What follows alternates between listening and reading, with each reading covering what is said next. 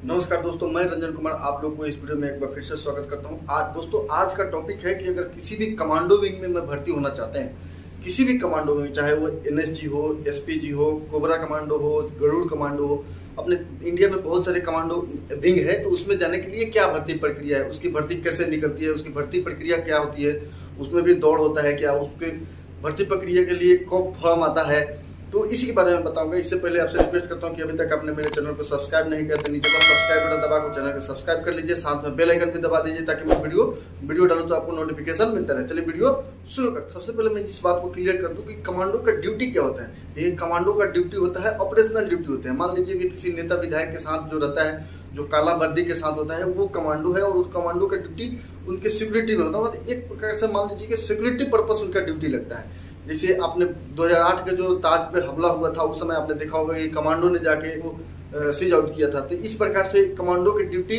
Operational duty plus defensive duty होती है। इनकी ड्यूटी मुख्य रूप से किसी बड़े बड़े मंत्री, बड़े बड़े विधायक के साथ इनकी ड्यूटी लगती है उनकी सुरक्षा में। जैसे राष्ट्रपति के साथ जो चलता है कमांडो होता है, प्रधानमंत्री महोदय के साथ जो चलते हैं वो भी कमांडो होते हैं, किसी मंत्री के साथ चलता है वो भी कमांडो होता है। और या विदेशी मेहमान आता है तो इंडिया की तरफ से जो फौज प्रोवाइड किया जाता है वो भी कमांडो फौज प्रोवाइड किया जाता है। अपने सीआरपीएफ बीएसएफ का तो लगाया जाता है, लेकिन उसको 5वीं या 6ठे लेयर में लगाया जाता है।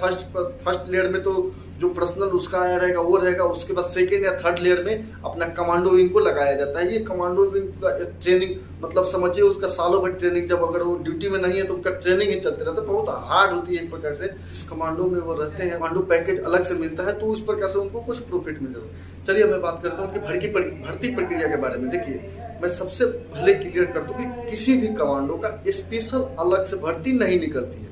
अब हम सोचेंगे कि सर हमको कमांडो मतलब एनएसजी कमांडो में जाना है और एनएसजी का फॉर्म आएगा तो भर देंगे। किसी भी कमांडो को ज्वाइन करने के लिए आपको अलग से भर्ती प्रक्रिया के लिए अलग से फॉर्म अप्लाई नहीं करना पड़ता है। इसके लिए आपको एसएससी जीडी के तहत किसी न किसी पैरामिलिट्री में ज्वाइन करना पड़ेगा या किसी आर्मी में ज्वाइन करना पड़ेगा। उसके बाद बिलिंग निकाला जाता है कि एसपीजी कमांडो में इच्छुक है जाने के लिए। विजुअल एप्लीकेशन देके ऑफिस में जमा करेगा, वहां से जब जाएगा फिर बुलावा आएगा, टेस्ट के लिए जाना पड़ेगा। या इस तरह के मान लीजिए एसएसबी ऐप के थ्रू भी किसी भी कमांडो विंग में आप अप्लाई कर सकते हैं। लेकिन विलिंग निकलने के बाद, पोस्ट निकलने के बाद, ऐसा नहीं कि कभी भी हमने डाल दिया और आ गया।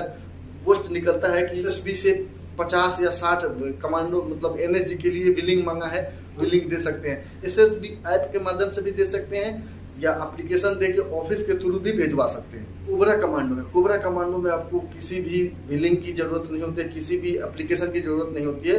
कोबरा कमांडो सीआरपीएफ का एक स्पेशल कमांडो फोर्स ही है। अगर कोबरा कमांडो ज्वाइन करना चाहते हैं तो आपको सीआरपीएफ में जाना पड़ेगा, अदर फोर्स वाले उसमें नहीं जाएंगे। सीआरपीएफ में जाके 5 या 8 साल के लिए वो अटैच ड्यूटी के रूप में कोबरा कमांडो में जाते हैं। कोबरा कमांडो का अलग से बटालियन मतलब अलग से एक यूनिट ही बना रहता है। तो इसलिए अगर कोबरा कमांडो के सपना देख रहे हैं तो पहले आप एसएससी जीडी के तहत सीआरपीएफ में जाइए, उसके बाद जब अटैच के रूप में आपको कोबरा में भेज दिया जाता है 4 या 5 साल के लिए। ये ऑफिशियल है कि कितने साल के लिए आपको अटैच भेजा जा रहा है। तो उम्मीद है कि आप ये समझ गए होंगे किसी भी कमांडो विंग में जाने के लिए आपको किसी न किसी फौज में होना अनिवार्य है। अगर किसी फौज में नहीं हो तो आप किसी कमांडो विंग में नहीं जाए। सवाल ये आता है कि क्या सिर्फ जीडी वाले ही कमांडो विंग में जा सकते हैं, क्या ड्राइवर, क्या कुक नहीं जा सकता है?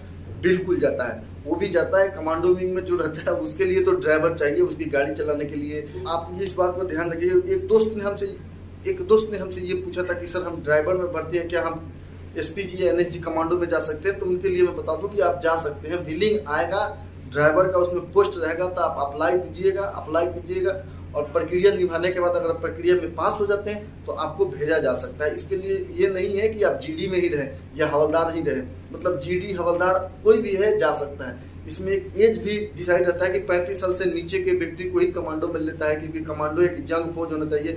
इसकी ड्यूटी होती है सुरक्षात्मक ड्यूटी, डिफेंसिव ड्यूटी होता है। सुरक्षात्मक ड्यूटी का मतलब होता है बहुत एक्टिव रहना पड़ता है, इसीलिए 35 साल से नीचे के व्यक्ति को ही कमांडो में भेजा जाता है। जैसे आपने देखा या सुना होगा कि जब 2008 में ताज होटल पे हमला हुआ था, उस समय कमांडो ही वहां पे पहुंचे थे और ऑपरेशन को सीज आउट किए थे। तो उस समय अगर मान लीजिए अगर कमांडो कोई हो, अगर 55 साल का उम्र का हो तो थोड़ा सा मुश्किल हो जाता है। अगर अगर वही अगर 35 से नीचे का रहेगा, यंग रहेगा, तभी वो ऑपरेशन को सक्सेसफुली कर सकता है। इसीलिए अगर 35 साल से नीचे आप रहते हैं, कमांडो में जाना चाहते हैं, तो आप किसी न किसी फौज को ज्वाइन कीजिए और वहां से विलिंग देके जा सकते हैं। चलिए, उम्मीद है कि आपको ये वीडियो पसंद आया होगा। पसंद आया वीडियो तो वीडियो को लाइक कीजिए, चैनल को सब्सक्राइब करिए, साथ में बेल आइकन भी दबा दीजिए ताकि मैं वीडियो डालूं तो आपको नोटिफिकेशन मिलता है। चलिए फिर मिलते हैं अगले वीडियो में किसी नए टॉपिक के साथ। तब तक के लिए नमस्कार, बाय बाय, जय हिंद।